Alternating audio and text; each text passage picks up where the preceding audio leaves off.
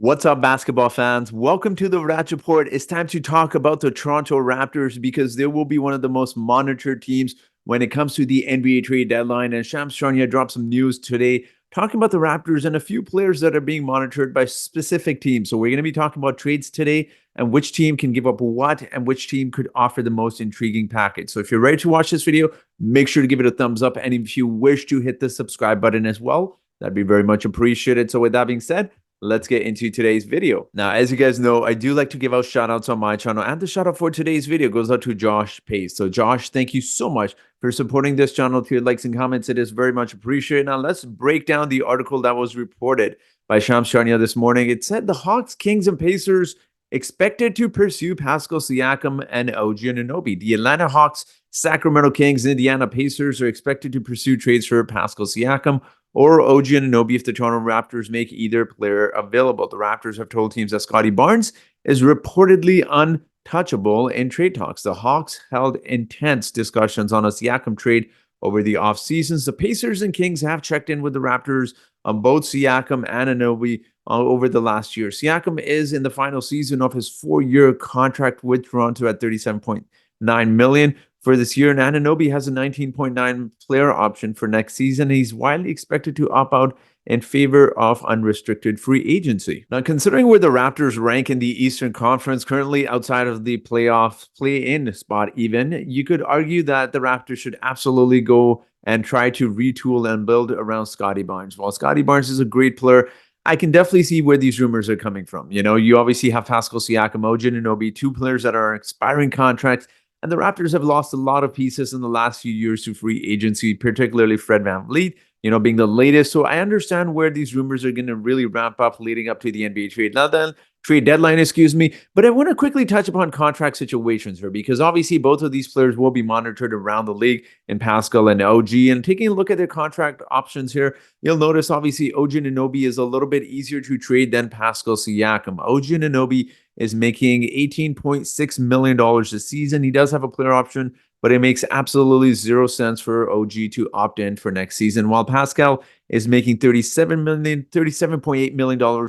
And mind you, he is a little bit older than OG Anunoby as well. Now, both of these players do offer something very unique to whichever team does trade for them. OG Anunoby is a great defensive player. We've seen him lock up Donovan Mitchell. We've seen him do great jobs against some of the best scorers in the NBA. And Pascal Siakam, who may not be on par with OG Anunoby in terms of his defense, definitely has a lot of shot creation abilities as well. So it definitely gives teams different options if they do want a 3-and-D player or a power forward that can play make, rebound, and score in a very efficient way as well. Now, I quickly want to take a look at the standings and talk about the three teams that are being mentioned here. It is important to note that the Raptors could make a bidding war between the Pacers and the Atlanta Hawks there. As you see the standings, Indiana currently ranks 5th in the Eastern Conference, and you saw that they almost won the tournament against the Lakers. But as always, it is important to note playoffs are very, very different. It is a 7-game series, and realistically speaking, I do not see the Pacers beating teams like the Milwaukee Bucks, the 76ers, or even the Boston Celtics, who, yes, they did beat in the tournament as well. Now, the Atlanta Hawks are in a very unique situation. They're currently ranked 10th in the Eastern Conference, and there may be a little bit more pressure on them to win now as opposed to the Indiana Pacers. The Indiana Pacers have a budding star in Tyrese, who is very young, and they have time to build around him. So I don't feel like they may be in a big of a rush as compared to a team like the Atlanta Hawks, who gave up all of their 4 picks in the near future for someone like a DeJounte Murray. We also have Trae Young there as well. So you could definitely create a bidding war. You could see why the Atlanta Hawks may be a more desperate team than the Indiana Pacers, and particularly for shot creation. You can always use that on the Atlanta Hawks.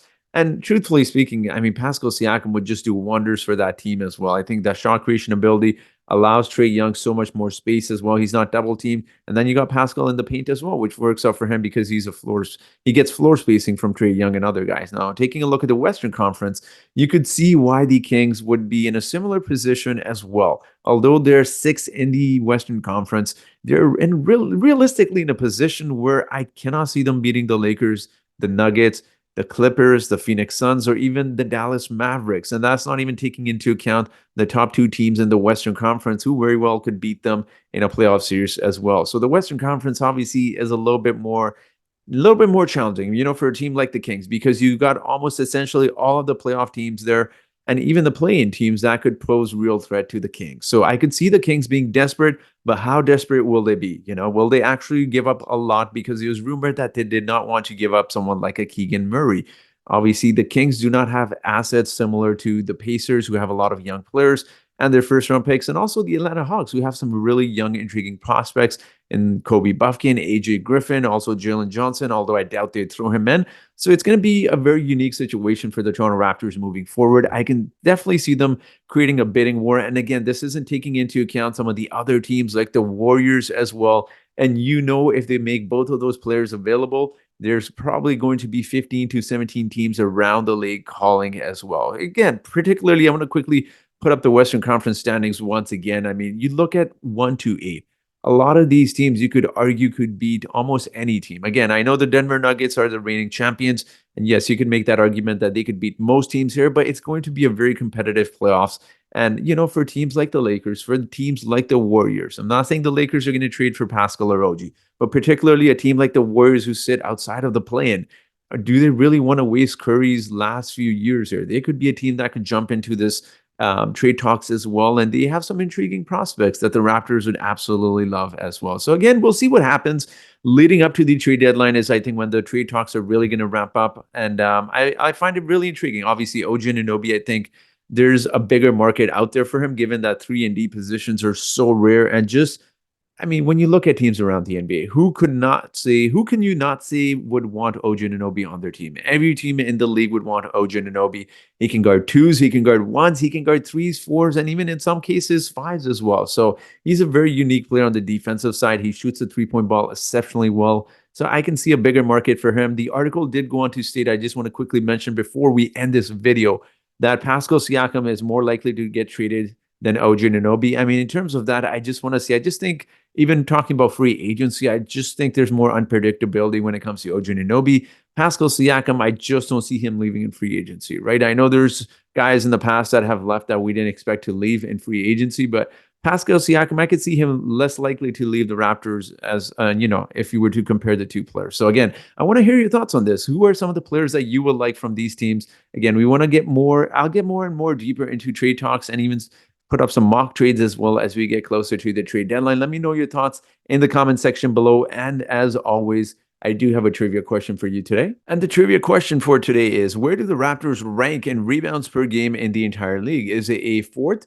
Is it B, 9th? Is it C, 7th? Or is it D, 12th? So whoever answers this trivia question correctly first in the comment section gets a shout out in my next video. So that will be it for today's video, guys. Thank you so much for watching, and I hope you guys have yourselves a great day.